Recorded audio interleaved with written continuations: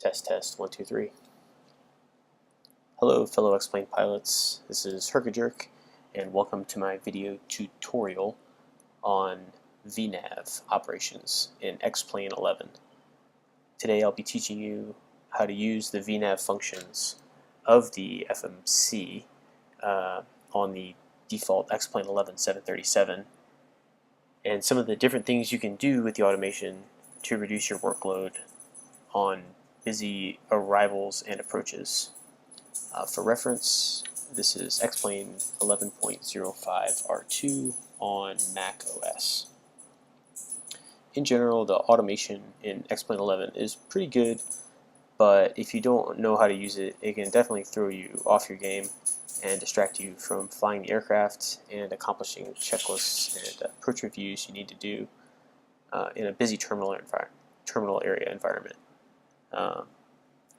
That said, this video is intended for those of you who already understand IFR arrival and approach procedures and how to calculate a descent gradient and profile for your aircraft. If you don't, this video really won't make much sense to you. Next, I'm going to assume you already have a basic understanding of the FMC, and this video is really meant to unlock a few of the advanced features you may not understand how to use, or to couple the FMC with, or how to couple the FMC with the autopilot.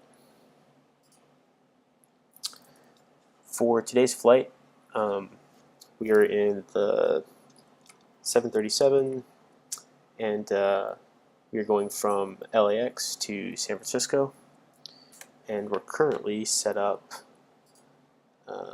on that route. We're proceeding direct to Big Sur, as you can see, and we're going to fly the Big Sur 3 arrival into San Francisco, and then we're going to fly the Big Sur 3 arrival, excuse me, and then we're going to fly the ILS to runway 28 left today.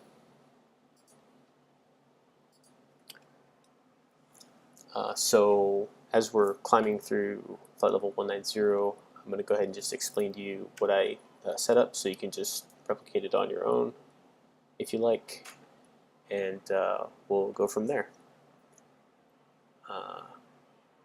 I just set up the Big Sur 3 arrival using the departure arrival index page here, just using my transition as Menlo to the ILS runway 28 left. And after I set up this flight plan, then I went to the VNAV pages. And then this is a standard target speed. You can see I'm flying 290 knots as programmed in the VNAV. Reason it's doing that is because I have VNAV selected in green on the autopilot. The reason it's holding the course is because I have LNAV selected, and it's currently, this button automatically comes on, and the autopilot's actually engaged via this command button right here. The next thing I input, I actually didn't change anything on this page, but the second page I did input my cruise altitude, and after I input this and I hit the LNAV, VNAV buttons before I took off, it automatically input this altitude, so I didn't have to use the scroll wheel. And for the entire flight, I shouldn't need to use this scroll wheel. Another thing to show you that's important is that when it says active, it'll tell you if FMC thinks it's actively climbing. This active will show up next to VNAV cruise. It'll show up next to VNAV descent, and that's how you'll know you'll set up properly for what you want to do. One note: once we level off, I'll show you how to change this target speed. It's easy to change the indicated airspeed, but you have to know the nomenclature in order to change the Mach number if you'd like to change that. So we'll get to that momentarily. On the legs page, you can see I've got all the points filled in, and you're probably familiar with all these points for a star and approach. What you may not be familiar with is what all this stuff means over here. So I'll go ahead and explain that and how to change it. The reason this says 2.5 degrees is because that's what I have selected here as my desired descent angle. And then it's going to say 0.74 to 290 knots. That's the standard, I guess, 737 default descent profile. And then it's going to have my standard speed of 250 knots at 10,000 feet set there as well. So again, 290 knots, standard, until it gets next page, or below 18,000 feet, it'll stop displaying flight levels. It'll just show MSL altitudes in thousands of feet based on what you set as your transition level. And then below 10,000 feet, it's going to slow you down to 250 knots, excuse me, indicated. We'll talk about how to change some of these here in a moment.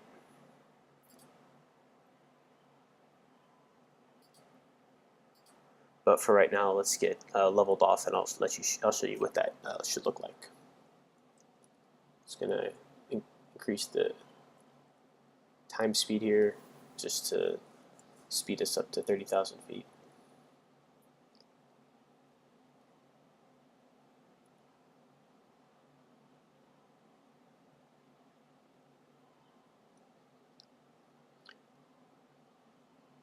And of course, the auto throttles aren't on yet. I can still manually control the speed. There's 29, so in 1,000 feet, it should turn from arm, and I'll know that because the throttles will move by themselves. All right, there they moved, and I'm at 30,000 feet. That leveled off, and now this speed transitioned here from ARM to FMC speed, and it's actually putting in power to accelerate me to 0.8 Mach. So I'll show you how to change that. So let's say I wanted to go 290 knots. I would just put 290. Okay, and it's not going to do it because I'm on Mach speed now. So if I tell it it's going to go the faster of these two, I guess. So I put /0.83. Let's try that. Actually, I think the max speed of the 737 is 8.1, but we'll go a little fast. All right, 0.82 Mach. So you see that change there, but just realize the nomenclature has to be slash, then period, and then the Mach number you want to travel. And it moved the caret, and it moved the speed there. So now we're all leveled off. I've still got the time speed going just to move us through the video a little faster. One thing that changed, if I go to my cruise page, I can see that now it knows I'm cruising and everything's good. If I go to my progress page, it tells me how long to my next point and how far to my destination. One thing of note, the top of descent is before you get to Big Sur.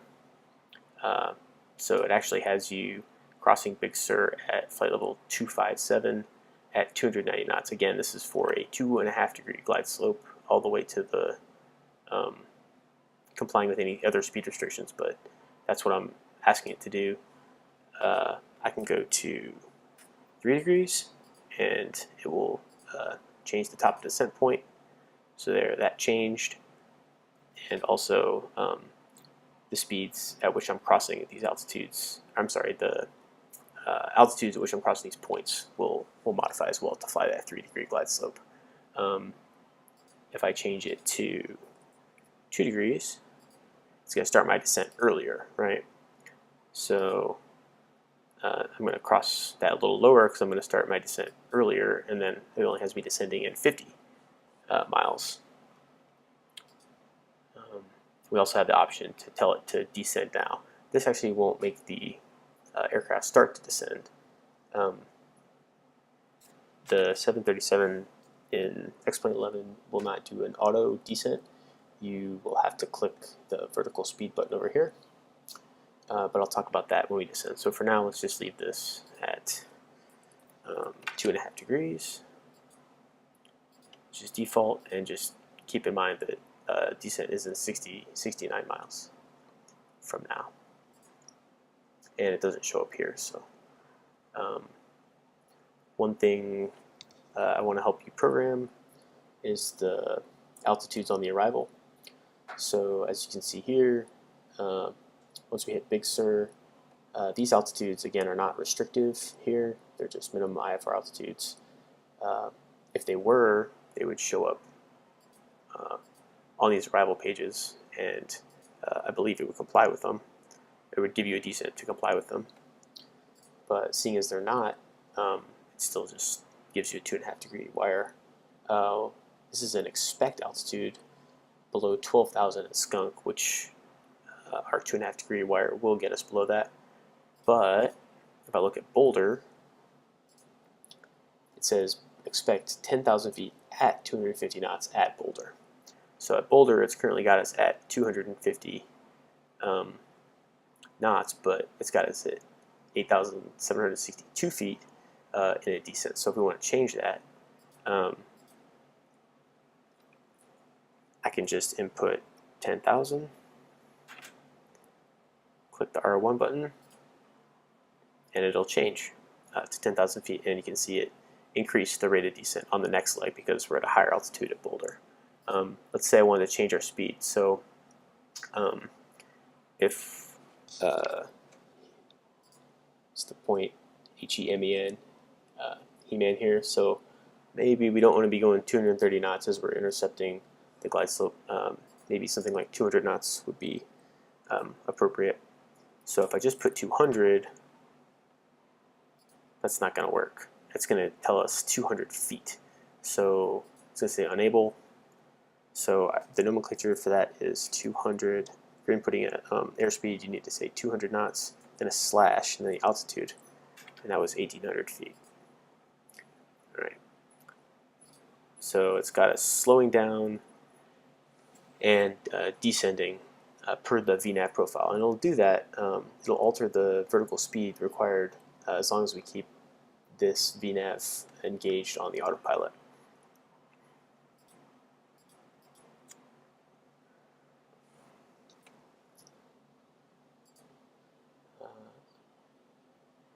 So that's all that we really need to talk about for this arrival. You can review it yourself, but really Menlo is the point where it's going to set us up on a heading to intercept the localizer inbound runway 28 left.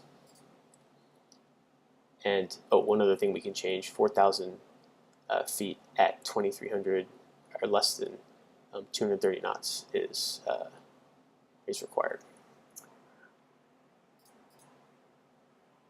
And we are set at 230, so we're fine there.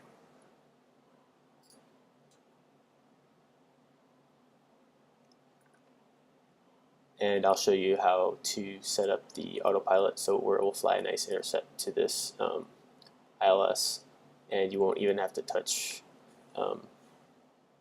really the throttles at all or the altitude selector, as long as you've got the proper frequencies set up in the FMS, which we already do. I've already set those up, so it's 109.55. I just need to reset the course. 284, so I'll reset that. And that's not going to change my current course, it's just that'll be the course that I use when I fly the ILS. So let's see how we're doing. Okay, 14 miles to the top of descent. One other thing we can do is use the direct function if we want to find out what VVI we would need to get to a point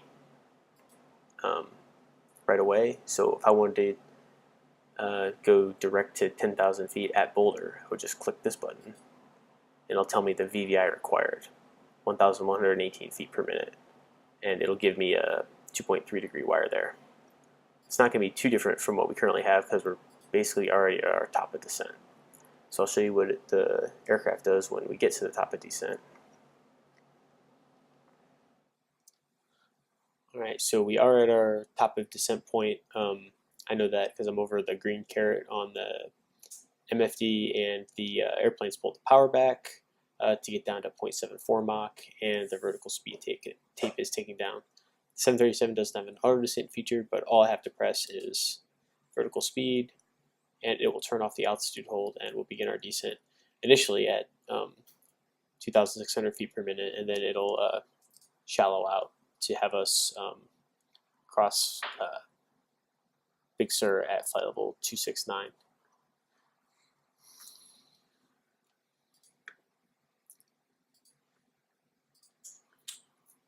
One thing that happened when we changed the altitude at Boulder to 10,000 is it made the altitude at Skunk 12,600. So in order to get back below 12,000 at Skunk, we just need to make one more modification here.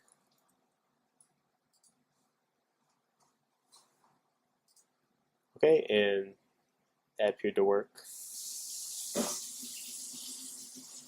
Now the point has transitioned to Carmi. See, following along on the star here, that we're inbound to Carmi. At this point, we'd be doing our approach checks and our descent and approach checks.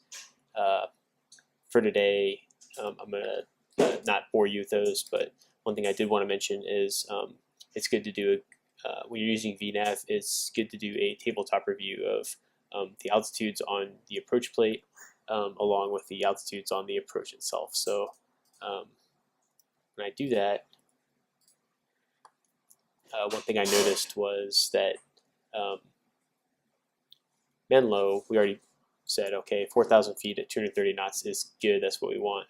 But the next point, He-Man, it's got us down to 1,800 feet when really on the approach we see we just really want 3,100. So I'll go ahead and change that. And that changes our desired angle of descent as well. One thing I don't really mess with, or I don't advise doing, is trying to change the airspeeds on the approach itself, just because you'll be getting pretty close to the runway, and you're going to be following probably approach guidance if you're using automation. And instead of using this VNAV function, you'll be using the wheel here to change your vertical speed, or the knob, I should say, to change your airspeed. Sorry, not vertical speed. Just speed up just a little bit. One other thing that's common for air traffic control to give you is an instruction to be at a certain altitude, say 5 or 10 miles prior to a point. For example, center would say be at, let's say, Skunk, be at 12,000 feet, 5 miles prior to Skunk. Now that's a fairly complicated math problem to do while you're flying an aircraft in a descent, but there's a way to input it into the FMC. So the way we do that is just give yourself a cursor and then put in the point, and it's a 335 desired track from Angie to Skunk. So you just put in the inverse of that, which would be 155 at, we said, at 5 miles. And we could just input that as a pilot waypoint between these two. And this is just 5 miles prior to Skunk on the same airway.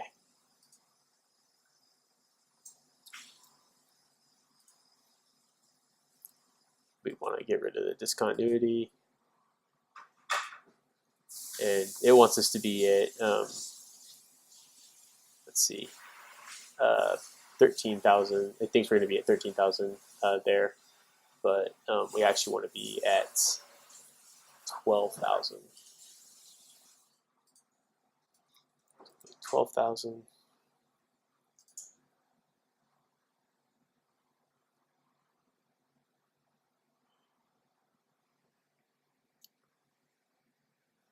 and the aircraft is steepening its descent to get us to 12,005 miles per hour.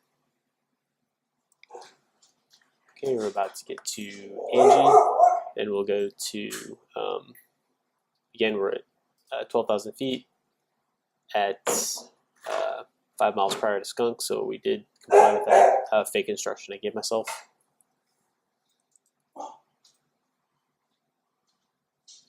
All right, now we're going from Skunk to Boulder.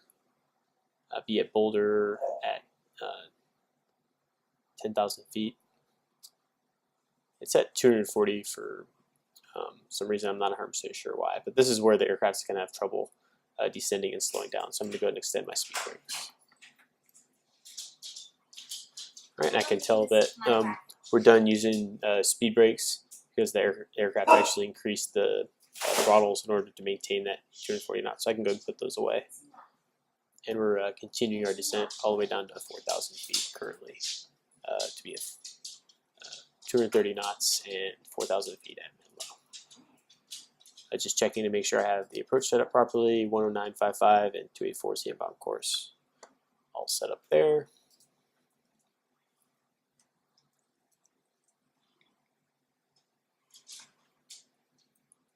And again, from Menlo inbound, we're going to want to arm up the localizer so that it captures. And once we're on the localizer, we can arm up the approach, which just enables glide slope guidance.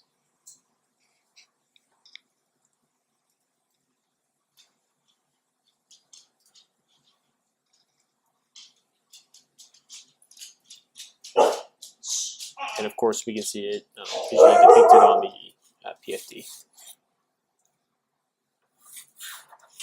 And it wants to be 230 knots. Again, aircraft can't really slow down and descend at the same time, so we got to help it with the speed brakes. It's trying to slow to 230, but the throttles are already at idle.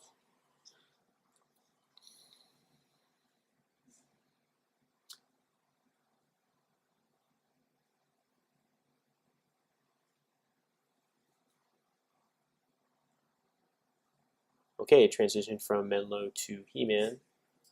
Arm up the localizer and go to approach mode. So good. I got San Francisco localizer identified, and I have the glide slope and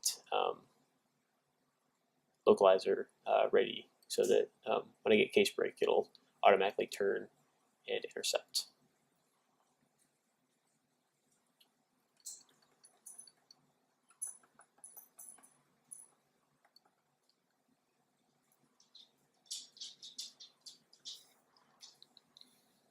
And we can start putting down some flaps.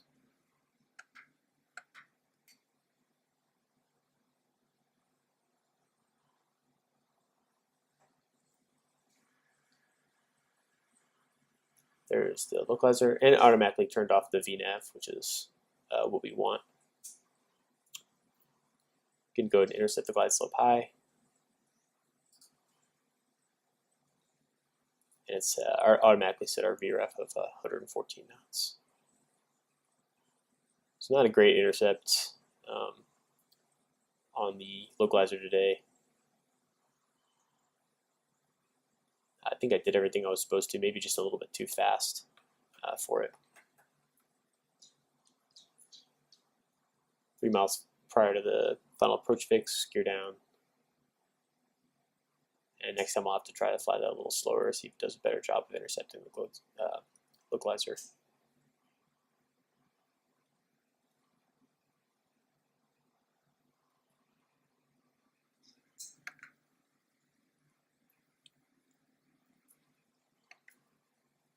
All right, go ahead and give myself 15 flaps, and I'm established on the approach.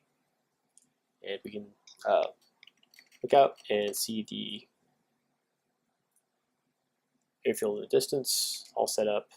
And if I want to change my speed, of course, to a different VREF or a different approach speed, I could just change it with this knob. So I won't subject you to my awful C-737 landing, but this hopefully will show you that you can do a flying cruise, descent, do a star, and intercept the localizer on approach, really without touching a whole lot else besides just a couple buttons on the autopilot control panel and a couple buttons, and if you have a properly set up FMC for your VNAV. So thanks for watching, and we'll see you next time.